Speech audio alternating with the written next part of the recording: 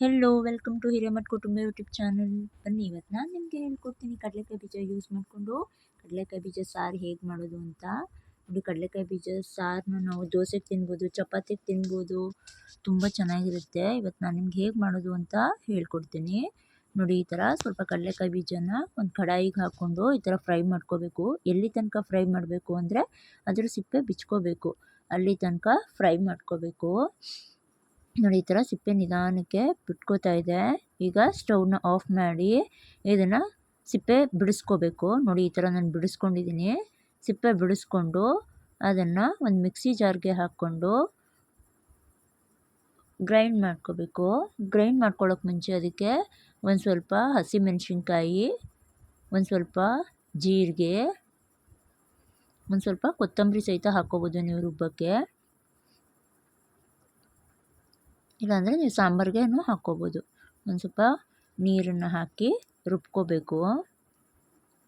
ರುಬ್ಕೊಂಡು ಈ ಕನ್ಸಿಸ್ಟೆನ್ಸಿಯಲ್ಲಿ ಅದನ್ನು ಪೇಸ್ಟ್ ಮಾಡ್ಕೋಬೇಕು.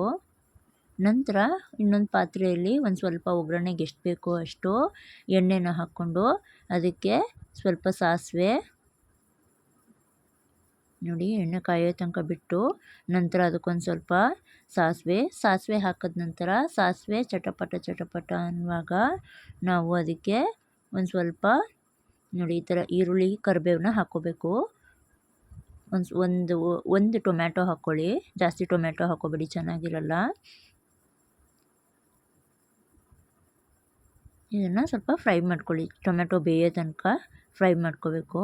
ಆಮೇಲೆ ಒಂದು ಸ್ವಲ್ಪ ಉಪ್ಪು, ನಿಮ್ಗೆ ಎಷ್ಟು ರುಚಿಗೆ ಉಪ್ಪು ಬೇಕೋ ಅಷ್ಟು ಉಪ್ಪನ್ನು ಹಾಕ್ಕೋಬೇಕು. ತುಂಬ ಚೆನ್ನಾಗಿರುತ್ತೆ ಈ ಸಾರು, ಒಂದು ಸತಿ ಟ್ರೈ ಮಾಡಿ ನೋಡಿ. ನಂತರ ಅದಕ್ಕೊಂದು ಸ್ವಲ್ಪ ಹುಣಸೆ ಹುಳಿ, ನಾನು ಅದಕ್ಕೆ ಹೇಳಿದ್ದು ಒಂದು ಟೊಮೆಟೊ ಹಾಕ್ಕೊಳ್ಳಿ ಅಂತ. ಅಡುಗೆಗೆ ಟೊಮೆಟೊಗಿನ್ನ ಹುಣಸೆ ಹುಳಿ ಬಳಸೋದ್ರಿಂದ ತುಂಬ ಟೇಸ್ಟಾಗಿರುತ್ತೆ. ಒಂದು ಸ್ವಲ್ಪ ಅರಿಶಿನ ಹಾಕ್ಕೋಬೇಕು. ಅರಿಶಿನ ಹಾಕ್ಕೊಂಡು ಹುಣಸೆ ಹುಳಿ ಒಂದು ಸ್ವಲ್ಪ ಬೇಯ್ಕೊಳ್ಳೋ ತನಕ ಇದನ್ನು ಬೇಯಿಸ್ಕೋಬೇಕು. ಒಂದು ಸ್ವಲ್ಪ ಎಣ್ಣೆ ಬಿಟ್ಕೊಳ್ಳೋ ಥರ ಆಗುತ್ತೆ. ಇದನ್ನು ಬೇಯಿಸ್ಕೊಂಡು ಅದಾದ ನಂತರ ನಾವು ರುಬ್ಕೊಂಡಿದ್ದೀವಲ್ಲ ಕಡಲೆಕಾಯಿ ಬೀಜದ್ದು ಪೇಸ್ಟನ್ನು ಅದನ್ನು ಇದಕ್ಕೆ ಹಾಕ್ಕೋಬೇಕು, ಈ ಪಾತ್ರೆಗೆ ಟ್ರಾನ್ಸ್ಫರ್ ಮಾಡ್ಕೋಬೇಕು.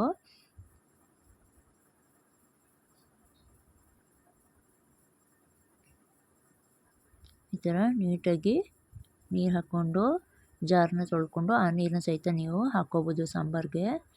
ತುಂಬ ಚೆನ್ನಾಗಿರುತ್ತೆ ಈ ಸಾಂಬಾರು, ಮಾತ್ರ ತುಂಬ ಟೇಸ್ಟಿಯಾಗಿ ಕೂಡ ಇರುತ್ತೆ. ಕಡಲೆಕಾಯಿ ಬೀಜ ಆರೋಗ್ಯಕ್ಕೆ ಕೂಡ ಒಳ್ಳೆಯದು.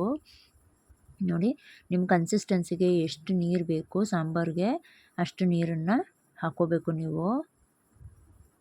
ಈ ಥರ ಒಂದು ಕುದಿ ಬಂದ ನಂತರ ಅದಕ್ಕೆ ಕೊತ್ತಂಬರಿ ಹಾಕಬೇಕು.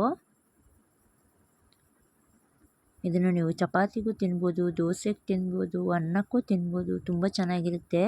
ಈಸಿ ಕೂಡ ಮಾಡೋದು, ತುಂಬ ಟೈಮ್ ಕೂಡ ಆಗಲ್ಲ. ನಿಮಗೆ ಯಾವ ಥರ ರೆಸಿಪಿ ಬೇಕು ಅಂತ ನೀವು ಕಮೆಂಟ್ ಬಾಕ್ಸಲ್ಲಿ ಹೇಳಿದ್ರೆ ನಾನು ಆ ಥರ ರೆಸಿಪಿ ಮಾಡ್ತೀನಿ. ಅಥವಾ ನಿಮಗೆ ಯಾವ ವ್ಲಾಗ್ ಬೇಕು ಅಂತ ಅಂದರೆ ನಾನು ಆ ಥರ ವ್ಲಾಗ್ ಕೂಡ ಮಾಡ್ತೀನಿ. ನಿಮ್ಮ ಸಜೆಷನ್ನ ನನಗೆ ಕಮೆಂಟ್ ಬಾಕ್ಸಲ್ಲಿ ತಿಳಿಸಿ. ನಿಮ್ಮ ಸಜೆಷನ್ ನನಗೆ ತುಂಬ ಮುಖ್ಯ. ನಾನು ಮಾಡಿರೋ ವ್ಲಾಗ್ ನಿಮಗೆ ಇಷ್ಟ ಆದರೆ ನನ್ನ ಚಾನಲ್ನ ಲೈಕ್ ಮಾಡಿ, ಶೇರ್ ಮಾಡಿ ಹಾಗೂ ಸಬ್ಸ್ಕ್ರೈಬ್ ಮಾಡಿ. Thank you.